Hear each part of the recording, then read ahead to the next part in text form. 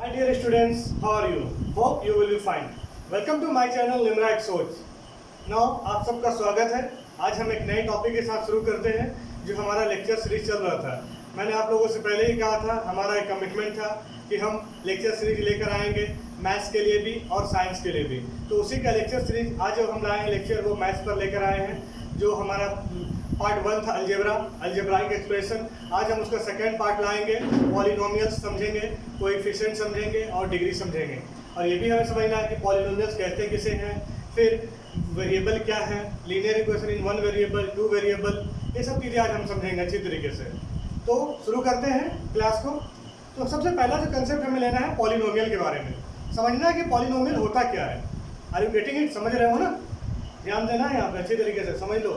तो हम बात कर रहे हैं पॉलिनोमियल की. पॉलिनोमियल क्या है? ये भी एक टाइप ऑफ अलजेब्राइक एक्सप्रेशन ही है.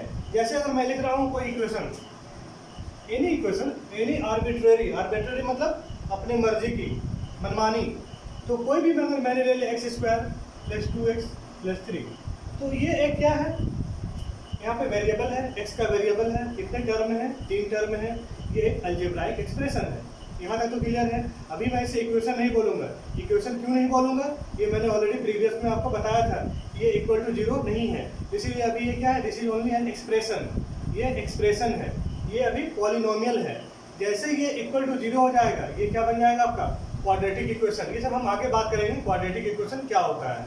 तो फिलहाल जो हम बात करने वाले हैं आपको कि पॉलिनोमियल का समझना कि पॉलिनोमियल कहेंगे किसे. ठीक है ना? तो पॉलिनोमियल क्या होता है?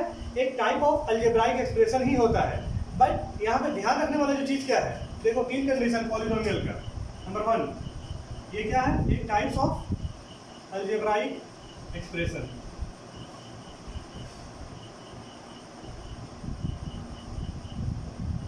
दूसरा इसका कंडीशन क्या है, वेरिएबल का जो पावर होता है वो नेगेटिव नहीं होना चाहिए. Variable power should not B negative, यानी वेरिएबल का पावर नेगेटिव नहीं होना चाहिए. तीसरा क्या है, वेरिएबल का पावर फ्रैक्शन में भी नहीं होना चाहिए. Variable power should not be in fraction. Are you getting? मैंने 3 कंडीशन बताया. पहला क्या था, ये एक अलजेब्राइक एक्सप्रेशन ही होगा. दूसरा मैंने क्या बोला है, जो वेरिएबल के जो पावर होते हैं वो नेगेटिव नहीं होना चाहिए. वो क्या होना चाहिए, पॉजिटिव होना चाहिए. It must be positive, it should not B negative. और मैंने क्या बताया नेक्स्ट में, variable power should not be in fraction. Fraction में नहीं होना चाहिए, वो इंटीजर होना चाहिए. यानी आपको यहाँ पे 2 कंडीशन देखना है. क्या देखना है? इंटीजर देखना है. और आपको क्या देखना है, अगर मैं लिखूँ इस पर नेक्स्ट कंडीशन में जो इंपॉर्टेंट है, variable must be non negative integral power. Non negative integral power यानी यहाँ पे क्या होना चाहिए आपका, वेरिएबल में नेगेटिव नहीं होना चाहिए. मैंने लिख दिया नॉन नेगेटिव इंटीग्रल, यानी ये इंटीजर है, लेकिन किस टाइप का इंटीजर, नॉन नेगेटिव इंटीजर. यानी ये आपका पॉजिटिव इंटीजर होना चाहिए और ये फ्रैक्शन में नहीं होना चाहिए. समझ में आया? अब देखो इसी को और अच्छे से समझो, अच्छी तरीके से एग्जांपल लेते हैं. जैसे यही एग्जांपल था, ये क्या है, इसका पावर देखो, x से पावर 2 1, x से पावर 0, पर नेगेटिव नहीं है ना. समझ में आ रही बात? एक तो नोट कर लो.